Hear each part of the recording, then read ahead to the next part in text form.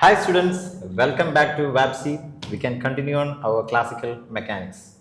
Okay, the first question is a ball of mass 0.2 kg is thrown vertically down. Not that, thrown vertically down. It's not dropped vertically. Okay, it is thrown vertically down from a height of 10 meter. It collides the floor and loses 50% of its energy and then rise back to the same height. Okay, after losing the 50% of energy, the ball gets back to the same height. That means the energy given by the throwing is dissipated by the 50%. Okay, so we can calculate it. The value of its initial velocity is, we have to calculate the velocity which is in initially. Okay, so we can assume that u may be the velocity in the initially the person is throwing to the downward. Okay, so and in the last case they said that after losing the 50% of energy, the ball get back to the initial position. So the potential energy stored by the ball is just mgh. That will be equal to the half of, that means 50% of the energy is dissipated. So it will be equal to half of what? The energy, kinetic energy given by the person who is throwing downward. So half mu square, half mu square plus mgh. Mgh is the potential energy when the person is throwing downward. Okay, and half mu square is the kinetic energy when what? The person throwing towards the down. Okay, so half into half, it will be 1 by 4 mu square plus 1 by 2 mgh. Okay, so in the left side there is an mgh and the right side is an mgh. So half mgh can be cut from the both sides. So on the left side half mgh will be there, and that will be equal to 1 by 4 of mu square. Here they mentioned the mass, but we don't need the mass. We can cut the mass on the left side and the right side, and we can take that 4 to the left side. It will give 2gh is equal to u square. So u is equal to root 2gh, and h is, from the question, h is 10 meter. Okay, from the question h is 10 meter and the g can be approximated as 10 meter per second square. So it will be 10 root 2. The value of root 2 is approximately 1.414. So 10 into 1.414 gives what? 14.1. Okay, we can check that answer with these options. Option D is 14 meter per second. So option D is the correct answer. We can move to the second question. The second question is related to the concept. Okay, the moment of inertia of a rigid body about an axis. Option A depends on the position of axis of rotation. Yes, it is correct, because if this is a disk and this is an axis, we know that mr square by 2 is the moment of inertia. That means it is depend on the axis. We have two laws. That means the moment of inertia is related to two laws, that is perpendicular axis theorem and parallel axis theorem. These two laws are very, very important. Okay, repeated questions are asking from these using these two laws. Okay, so this option B is does not depend on its size. It is false, because when the size increases, the mass increases. The mass increases, the moment of inertia will also increase. And option C is does not depend on its mass. Again, it is false. Option D is does not depend on its shape. We know that I omega square, even the shape is get more flattered, the moment of inertia will increase, because more area will give more size and it give more moment of inertia. When it is come to a closer to the axis, it gives less moment of inertia. So it is related to the shape. Okay. So we already know that the option A is correct. So option A is the correct answer.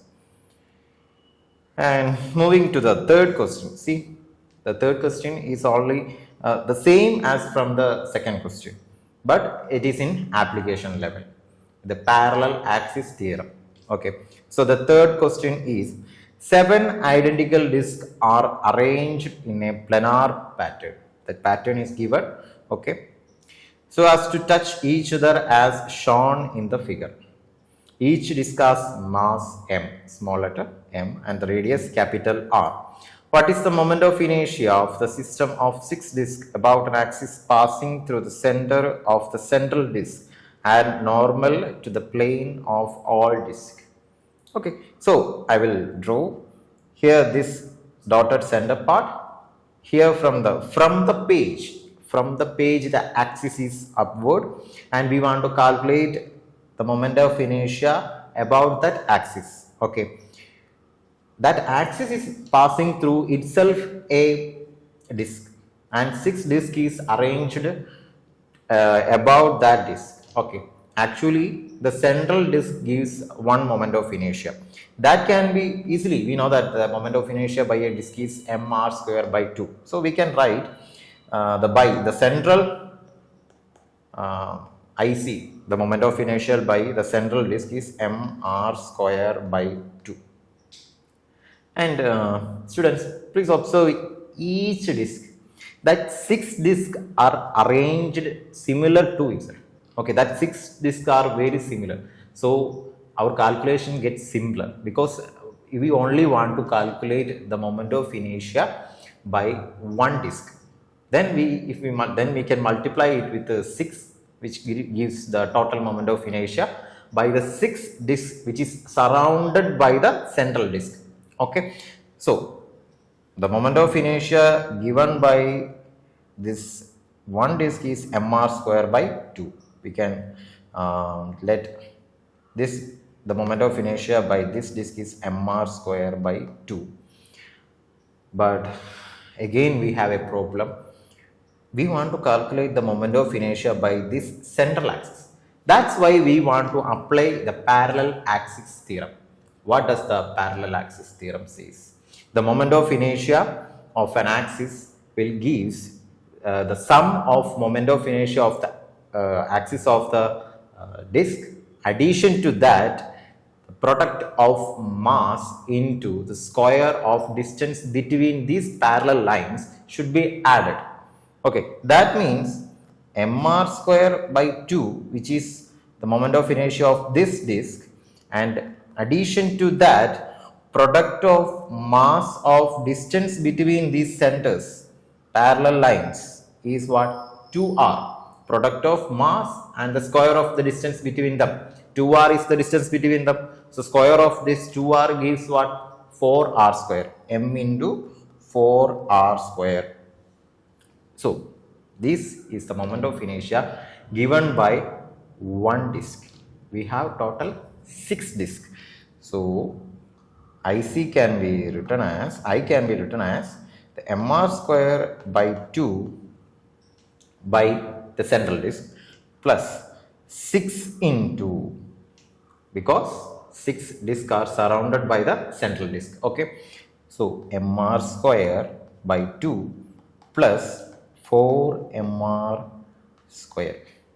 Okay, actually this will be mr square by 2 plus 3 mr square plus 24 mr square, which gives mr square by 2 plus 27 mr square. So we want to make the LCM. So mr square by 2 plus double of 27 is 54 mr square by 2.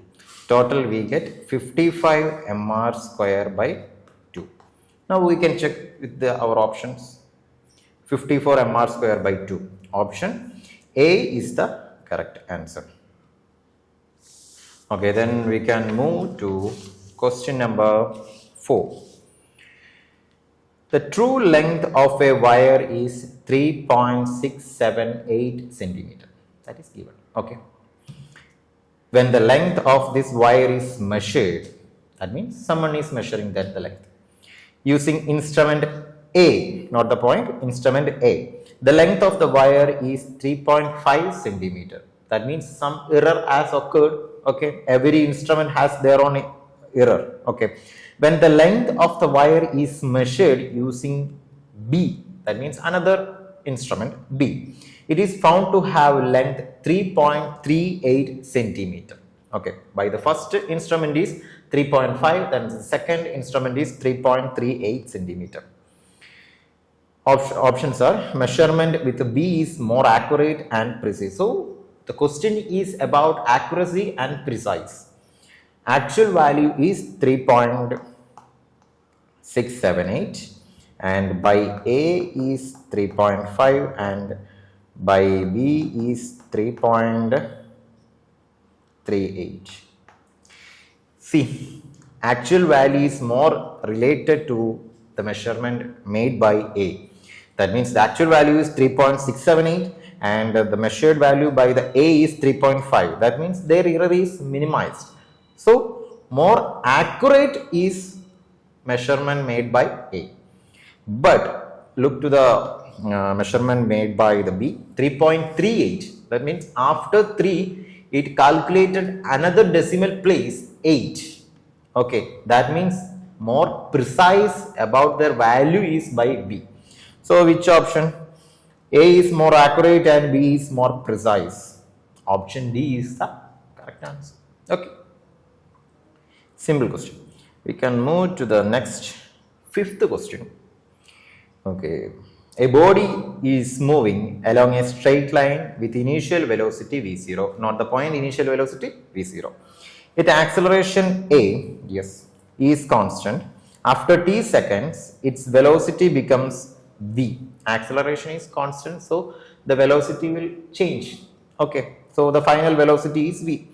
The average velocity on the body over the given time interval, we want to calculate the average velocity. Okay, how we can calculate the average velocity?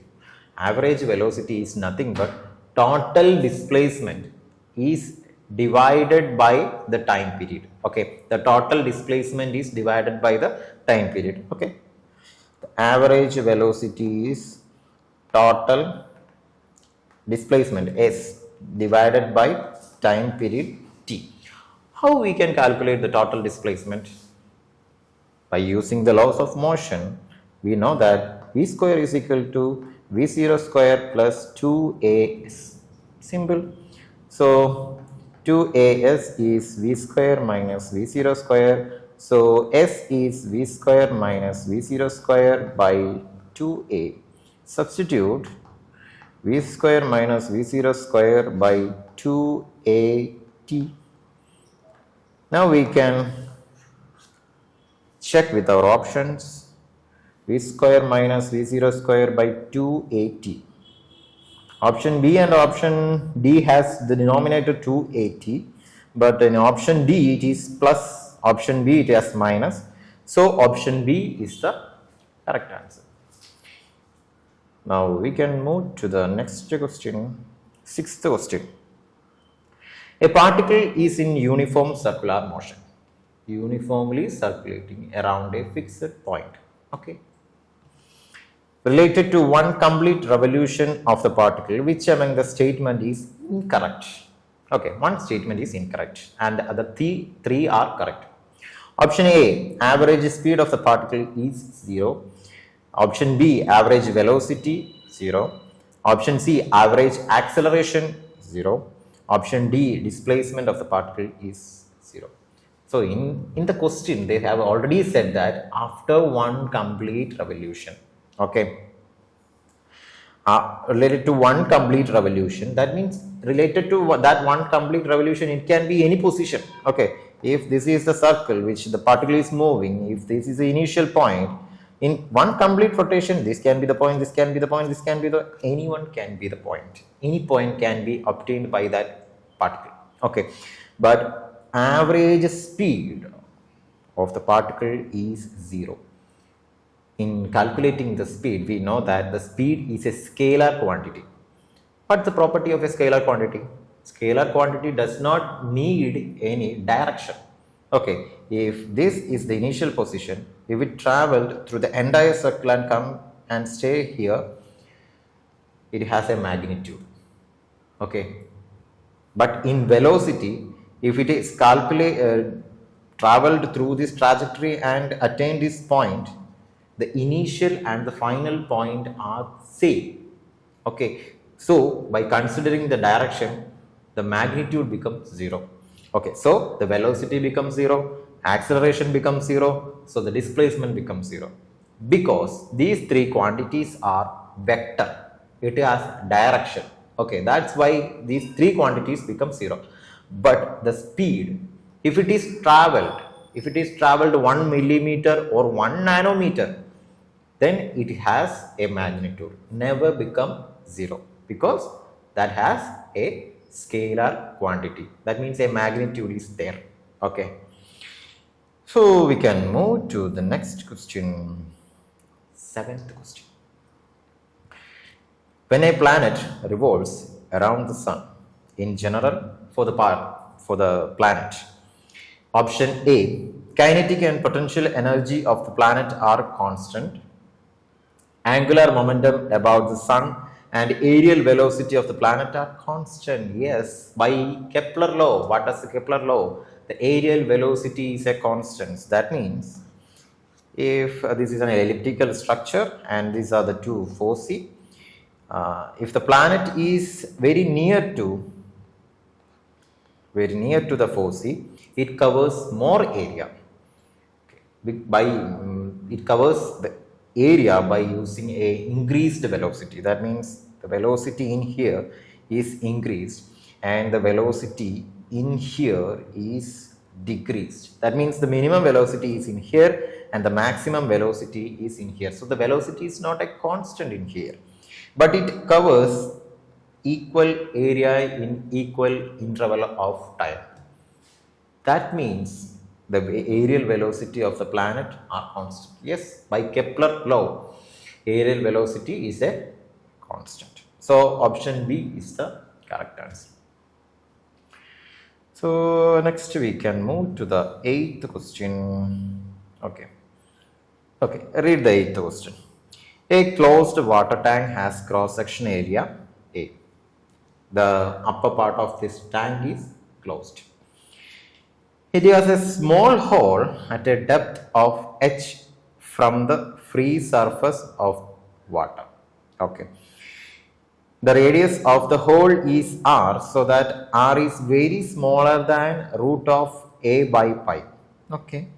If P0 is the pressure inside the tank above water level and Pa is the atmospheric pressure, the rate of flow of water coming out of the hole is dash. We have to find the rate of flow of water. Okay, so let us consider that we have a rule that the volume, that means the rate of flow of water, is a constant. That actually that rule is stated by the equation of Q is equal to AV. We already get familiar with that equation from the previous class, that Q is equal to AV is a constant. Q is equal to AV is a constant. That means A is the area of the hole in which the water get outside. That means here this is the area for which we calculate the hole, for the hole. So see, all the options are the area is pi r square. We need to calculate the velocity. Okay, so we know that velocity of efflux is given as root of 2gh plus 2 into difference between the pressure inside the water tank and pressure of the atmosphere. P minus PA by the rho. Okay, please think that means the atmospheric pressure is PA and the pressure inside the tank is P. When the P is very less than the atmospheric pressure, the water will not come out. Okay, we already know that because the topmost position of the tank is closed. Okay, if the pressure of the outside get increased, the water gets stopped there because the outside pressure is P, atmospheric pressure is greater and the inside pressure is very low, so the water will not flow to the outward. Okay, when we open that the topmost portion, it will go out because the pressure of the topmost point and the pressure in the outside get equal, so the water can be flow to the outside. Okay, so this is the given equation that the velocity of effluents, you can note it down as separately. They can be asked this question separately, which equation gives the velocity of effluents. Okay, root of 2gh plus 2 into P minus, that means the pressure difference, P minus PA divided by the density of the water rho. Okay, that is multiplied by the area pi r square. Which option is that? It is option D. Okay, you want to note that equation separately. Okay, velocity of effluents. So the next question, a block of mass m is connected to a light spring of force constant K. That means F is equal to minus K is the force constant. The system is placed inside a damping medium of damping constant B. That damping medium can be any water or honey or any kind of liquid. Okay, that can be damp the motion of the spring. The instantaneous value of the displacement, acceleration and energy of the block are x, a and e respectively. Okay, we know that. The initial amplitude of oscillation is a and omega dash is the angular frequency of oscillation. The correct expression related to the damped oscillation is, okay, please check each and every options. Some property is there with one option. The first option has e raised to minus bt by m and the second option is the second order differential equation. We already know that equation represents the damped oscillation. So option B is correct, but option A we have a doubt there. In option C is very similar to option A e raised to minus b by m cos omega dash t plus phi. Okay, and option D is omega dash is equal to root of k by m minus b square by 4m m square. And option D is also representing the damped motion because the presence of b square by 4m square from k. Okay, so that means when b is increasing, that angular frequency will come to 0. Okay, but option A and option C has a similarity and we have some doubt in that. But check option A and option C. The both has e raised to minus bt by m and in second one e raised to minus b by m. See, what is mean by exponential degradation? We know that exponential degradation means like this. Decrease when the exponentially decrease when the time increase. But in these two options, option C does not have a term with the t. That means when time increases, nothing has happened to that option C. But on option A, when time increases, the energy get decreased. That makes sense. But option C doesn't make any sense because when t increases, cos term will not come to 0. Cos is just oscillating like this. See, cos is just oscillating there. It will not come to 0, and in cos oscillation it comes to 0, then it goes to maximum, come to 0, then goes to maximum. That is not a damped oscillation. Okay, in damped oscillation, when it comes to 0, it will stay there. So option C is the incorrect expression. Okay, thank you.